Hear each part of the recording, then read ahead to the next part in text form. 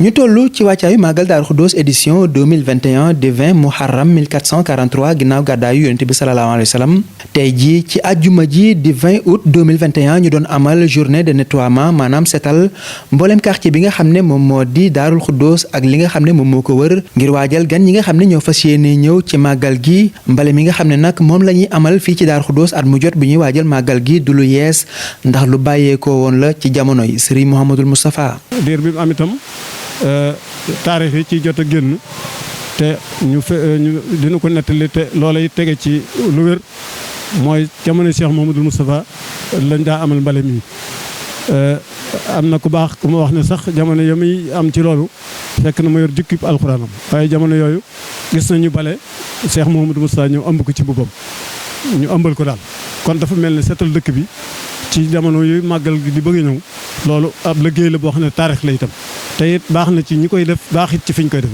ci suuf si it seetal ko it ku ko def ku ne am nga loola ciy toppe loo xam ne seetal ko moo gën taxal ko kon nag loolu itam taarix la ci boo xam ne bi kilifa yi ñëwee nag fekk loolu nekk fi ñu wóotu woon Cheikh Mouhamadoul Moustapha jamono Serigne Cheikh ak ñi ko yóotu woon ñëpp kenn ku ci nekk bu ñëwee day yeesal loolu ngir xam ne liggéey booba kat lu faratawu la ndax ku toll ne Cheikh Ahmadou Bamba Xaadimu Mustafa sallallahu alayhi wa sallam buñ ko jëlee njaareem indi ko Touba mu tëdd fii ci saayir ñi di ko gis ci saayir loola suuf sam tëdd ku nekk xam na ne suuf su wëloore la suuf su am ay karaama la ay xarbaax itam kon loola moo tax mbale mi saa bu dikkee danañu taxawaay boo xam ne fépp foo xam ne buñ fa jaaree mu set dëkk bi mel na mu gën balaa màggal gi ñëw comité biñ ko dénk dana taxaw foofa jaar ci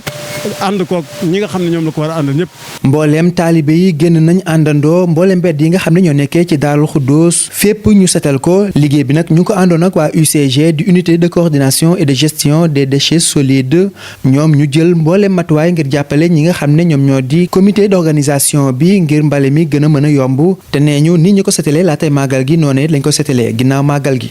ba disposition yu bari am nañ fi chaque année dañuy def su événement bi amee UCG jël disposition yëpp pour accompagner comité d'organisation bi ba màggal gi jaar dans de meilleures conditions. waaw avant màggal boom taxawaay bi sax dañuy dépassé ñun au niveau local c'est-à-dire au niveau national sax la direction di jël ay dispositions principales parce que fi mu nekk nii chaque année dañuy réunir suñuy kilifa dañ fiy ñëw barki démb lañ fi ñëw yendu fi pour ñu xool étudier ak ñoom ak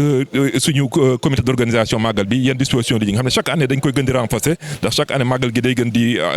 am doole moo tax ñun màggal gi li ñuy bëgg toujours mooy balay màggal gi ñëw ñu fexe ba aussi ci mbale bi ñuy def UCG participer ci fexe ba Touba am xar kanam gu rafet mën a accueillir gan ñi aussi ci biir màggal gi aussi ñu jël suñu disposition fexe ba mbale bi aussi ñu di ko yóbbu ci décharge bi bu màggal gi passé tam ñu remettre ko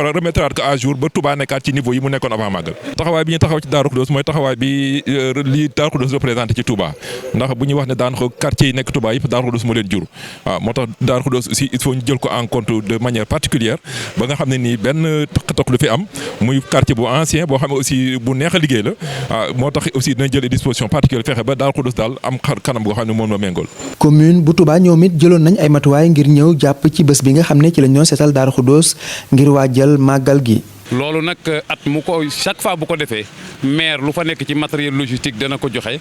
dana joxe carburant dana joxe tout le personnel bi nga xam ne ñi ngi ci nettoiement bi sans compter maanaam camion de vidange dafa nekk yu nga xam ne daf koy jox sëriñ bi mu def ay rotation yu nga xam ne lu fi di ay kër ci kër yu mag yi mu vidé ko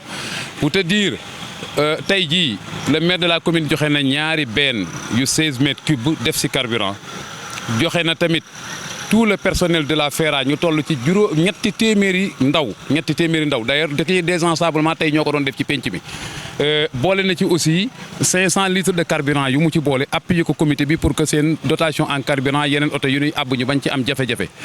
wante yëmul ci loolu camion de vidange ya nekk ca commune bi aussi di ñaari hydrocureur jox na leen ko tey jii pour que li ñu war a def ci nombre de virage ñu def ko balay màggal gi des na aussi leneen lu nga xam ni mooy maanaam programme désinfection bi sapeur pompier et autant pour moi service d'hygiène dana ñëw ak dotation bi mairie bi jox ci produit boobu comme ça kër yu ak penc mi yëpp tamit loolu ñu mën koo waajal ba nga xam ne bu ñu yeggee ci màggal gi yàlla dana def tawféex ñu mën koo màggale ni nga xam ne noonu la ko sëñ bi bëggee. mbooleem quartier Daaru Xudoos yi tàmbalee yees ngir waajal 20 muharram di bésub màggal Daaru Xudoos war a dëppoog le 28 août 2021 di guddi gi nga xam ne Serigne Touba bi mu wujjee suñu borom ci la ko Serigne Mouhamadul Moustapha indi ci bërëb bu sell bi di Touba.